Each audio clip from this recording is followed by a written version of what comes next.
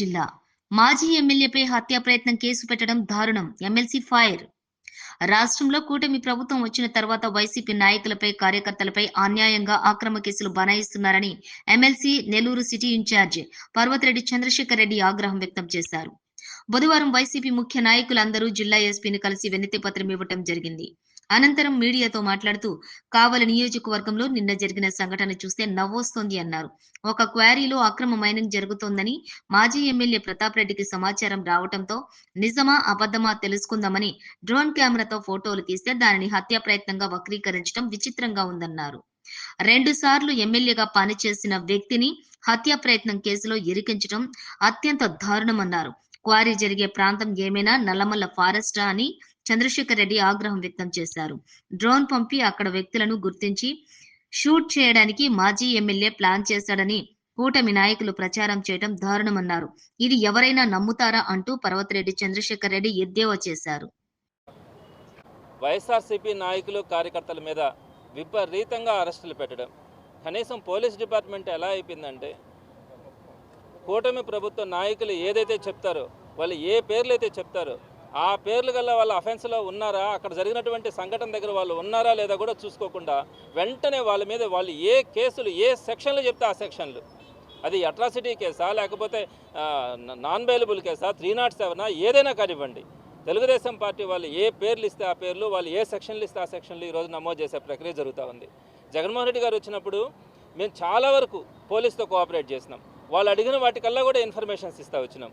చివరికి వచ్చేటప్పటికి అక్కడ లాఠీ చార్జ్ చేసింది మా మీద. మీరు చూస్తుంటారు, మహిళల్ని కింద పడేసి కొట్టినారు, లాఠీలతో కింద పడేసి కొట్టినారు. కానీ మేము ఎక్కడ కూడా దాన్ని ఇష్యూ కూడా చేయదలుచుకోలే. ఎందుకంటే ఏదో జరుగుతూ ఉంటాయి సంఘటనలు, పోలీసులైనా కూడా ఒక్కొక్కసారి వాళ్ళు కూడా జరుగుతాయని చెప్పి, కానీ వాళ్ళు తిరిగి మా మీదనే కేసులు పెట్టడం, దాన్ని కూడా నాన్ బెయిలబుల్ కేసులు పెట్టడం. ఒకరిద్దరు కాదు, సుమారుగా ఇప్పటికే 25 మంది మీద కేసులు పెట్టినారు, అరెస్టులు చేస్తూ ఉన్నారు. అదేవిధంగా నిన్నటి రోజున కావల్లో కనుక తీసుకుంటే రామిరెడ్డి ప్రతాప్ రెడ్డి గారి ఇష్యూకి వచ్చినప్పటికీ అక్కడ ఎమ్మెల్యే ఒక ఇల్లీగల్ మైనింగ్ చేస్తూ ఉన్నారన్నది ఆయనకు వచ్చినటువంటి ఇన్ఫర్మేషన్. సో అది జరుగుతూ ఉందా లేదా తెలుసుకుందామని చెప్పి ఏదో ఆయన ఫొటోస్ తీసడానికి ప్రయత్నించినాడు అని చెప్పి ఒక ఆరోపణ జరిగింది.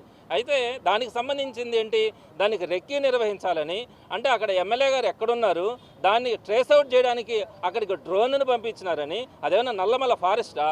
డ్రోన్ ద్వారా అక్కడ ఎవరున్నారో కనుక్కొని ఆ తర్వాత ఫైరింగ్ చేయడానికి.